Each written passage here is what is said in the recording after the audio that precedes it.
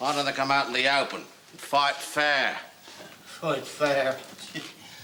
A couple of hundred straws of fellas with rosary beads and shotguns against 100,000 trained men with horse, foot and artillery wants us to fight fair. Do you want us to come out in our skins and throw stones?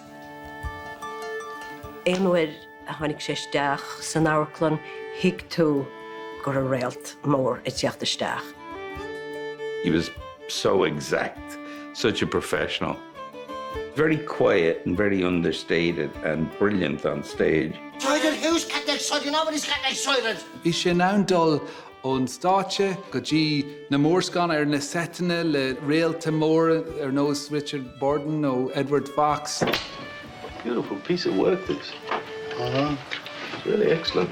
A character actor in Scohe. Well, Uncle Peter, huh? Hincha, cén fá Ránasíd, mar bhí éideann maithige agus bhí tuiscint aige. Wait till we get him in!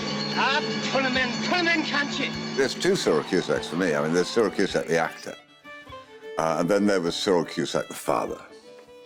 A difficult man. He was quite a stern disciplinarian, but at the same time, he was terrific company.